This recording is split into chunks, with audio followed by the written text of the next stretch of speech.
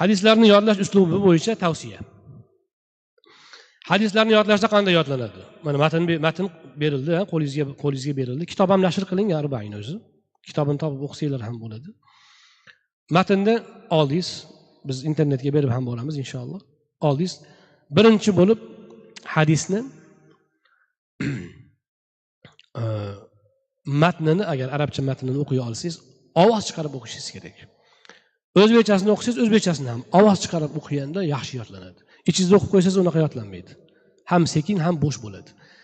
Yodlayotganda talaffuz tiniq bo'lishi kerak. Masalan, Umar ibn Hattob roziyallohu anhu aytgan ekanlar, emas. U unday yaxshi yodlanmaydi. Umar ibn Hattob roziyallohu anhudan rivoyat qilinadi. Rasululloh sallallohu alayhi va sallam shunday degan ekanlar. Ravon gapiring, shunda yaxshi yodlanadi. Ko'pchilik aytadi, o'qiyapman, yodlanmayapti deydi. Ichida o'qiyotgan bo'ladi. Iloji bo'lsa oynaga qarab aytavering. Oynaga qarab ayting. Uyda masalan xotin bola chaqaga qarab gapiring. Nutqingiz ham ochiladi, oson yodlanadi. Hech kim bo'lmasa o'zingizga o'zingiz baqirib ayting. Baralla, baqirmasdan baralla ayting, yaxshi yodlanadi. Yodlashdagi eng katta sir kechqurun o'qib qo'yish. Mana hadisni yodlamoqchisiz bugun. Innamal a'malu binniyat hadisni yodlamoqchisiz. Kechki payt bir 10 ta 20 ta o'qib qo'yish kerak. Hammaning zehni har xil. Har qalay xotirada bir iz qoldiradigan darajada o'qish kerak. Juda to'liq yodlanmasa ham. Va bu o'sha kungi miyaga kirgan oxirgi ma'lumot bo'lishi kerak. Undan keyin telefon ko'rsangiz, televizor tomosha qilib, kitob o'qisangiz, u xiralashib qoladi. O'qigan bo'lsangiz, yana bir narsaga qarab qo'ysangiz, yotishdan oldin yana bitta xatga qarab qo'ying, hadisga. Bitta o'qib yangilab qo'ying.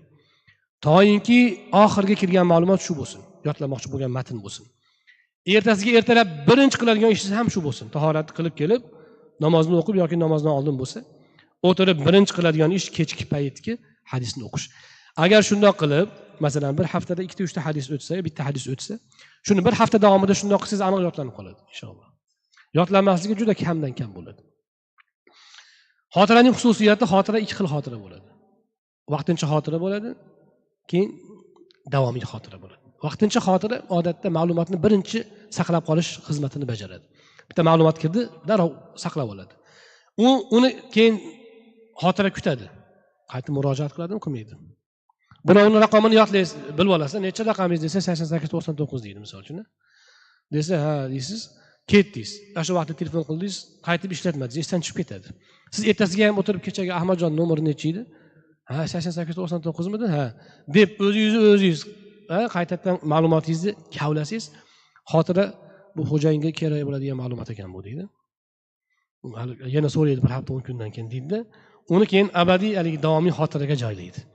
Bo'lmasa nima qiladi? Bir hafta 10 kun o'tib so'ramadingiz. Ya bunga kerak emas ekan deb tashlab yuboradi. Ana shuning uchun bugun yodlagan narsam ertaga yo'qib qoladi. Yo'qib qoladi aniq. Takror qilish kerak. Takror kamida 5 kun bo'lishi kerak. Iloji bo'lsa 10 kun bo'lishi kerak. Mana shu bir hafta zo'r. Har kuni o'sha hadisni yodlab o'qib borsak, jumadan keyin masalan, keyingi dushanbaga yangi hadisgacha yana takrorlasak, inshaalloh o'sha hadis yodlanib qoladi.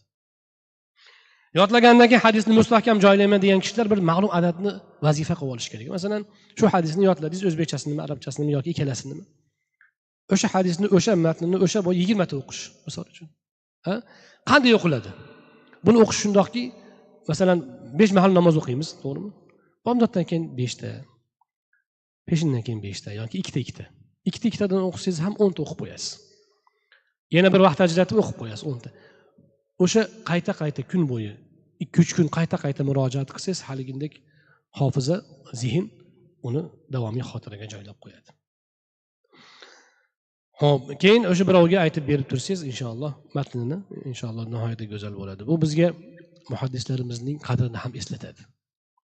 Biz hozir bitta hadisni bir hafta muhokama o'qimoqchimiz. Imom Buxoriy haligi aytdi-yu, boshqalar yozganda u kishi yodlab boravergan. O'shanda 15 ming hadis yodlagan ekan.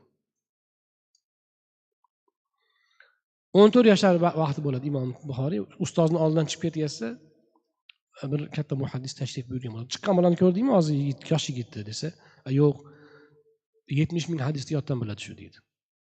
Keyin u kishi 300 ming hadisni yoddan bilganlar Imom Buxoriy sanadlari bilan. Ana o'sha buyuk muhaddislarning avlodimiz.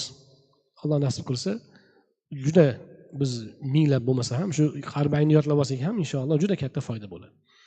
Hadisni yodlashda yana bitta qoida shuki, hadisga amal qilinadi. Eng zo'ri shu. O'sha hadisga masalan niyat haqida hadis o'rganamiz. Niyat o'rnida o'sha hadisni eslayverasiz. U tosh bo'lib qotib ketadi inshaalloh.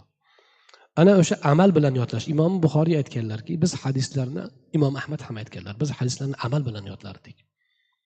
Men deganlar Imom Buxoriy rahmatullohi alayh, men g'iybat haqida inshaalloh Allohning huzurida so'ralmayman deb umid qilaman deganlar. Nega deganda, men g'iybat haqidagi hadisni eshitganimdan keyin qaytib g'iybat qilmaganman. Umuman eshitganimdan so'ng g'iybat qilmaganman hech ham. O'shanda men 12 yosh edim deganlar. Balog'atga yetib yetmagan. Ya'ni balog'atga yetmasimdan oldin men g'iybatning haromligi haqida hadisni eshitganman. U vaqtda mukallaf emas edim. O'sha balog'atga yetmagan paytimda yo'q g'iybat qilmaslikka ahd qilganman.